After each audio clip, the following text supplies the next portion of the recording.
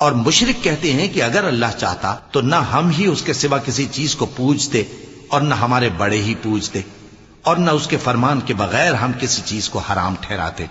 اے پیغمبر، اسی طرح ان سے اگلے لوگوں نے کیا تھا، تو پیغمبروں کے ذمے اللہ کے احکام کو کھول کر سنا دینے کے سوا اور کچھ نہیں۔ اور ہم نے ہر امت میں کوئی پیغمبر بھیجا کہ اللہ ہی کی عبادت کرو اور بتوں کی پرستش سے اجتناب کرو، تو ان میں بعض ایسے ہیں جن کو اللہ نے ہدایت دی اور بعض ایسے ہیں جن پر گمراہی ثابت ہوئی۔ سو زمین میں چل پھر کر دیکھ لو کہ جھٹلانے والوں کا انجام کیسا ہوا۔ اگر تم ان کفار کی ہدایت کے لیے بہت زیادہ خواہش رکھو، جس کو اللہ گمراہ رہنے دے اس کو وہ ہدایت نہیں دیا کرتا، اور ایسے لوگوں کا کوئی مددگار بھی نہیں ہوتا۔ اور یہ اللہ کی سخت سخت قسمیں کھاتے ہیں کہ جو مر جاتا ہے اللہ اسے زندہ کر کے نہیں اٹھائے گا۔ کیوں نہیں؟